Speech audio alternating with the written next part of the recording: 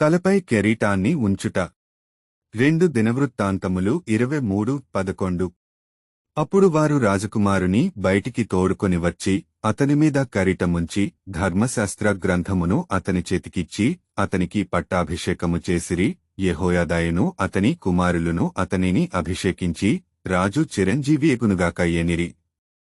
అహజ్యా రాజు కుమారుడైన యోవాషునకు వయస్సు కేవలం 7 ఏళ్లు మరియు అతడిని అజ్ఞాతం నుండి బయటకు తీసుకువస్తే చంపబడతాడు. అతను తన స్వంత బలంతో తన స్వంత సామర్థ్యంతో సింహాసనాన్ని అధిష్ఠించడానికి నిస్సహాయునిగా ఉన్నాడు. కాని దేవుడు యోవాషునకు సింహాసనాన్నివ్వాలని, అతని తలపై కిరీటాన్ని ఉంచడానికి మరియు అతనిని వారి రాజుగా అభిషేకించడానికి ప్రధాన యాజకుడైన యెహోయాదా మరియు అతని కుమారులను ఉపయోగించారు. యోవాషు తన కిరీటంను వెంబడించలేదని గమనించాలి. కిరీటం అదే అతనిని వరించింది. అయితే ఇక్కడ గమనించవలసినది, దేవుడు నిన్ను వెంబడించే ఆశీర్వాదాలను తాను కలిగి ఉన్నారు. అది నిన్ను వెతుక్కుంటూ వస్తుంది. ఎందుకంటే నీవు రాజులకు రాజైన దేవుని కుమారుడవు లేదా కుమార్తెవు. నీవు రాజుగా అభిషేకించబడబోతున్నావు అని ఆయన చెప్పినప్పుడు షరతులు ఏవీ చెప్పలేదు.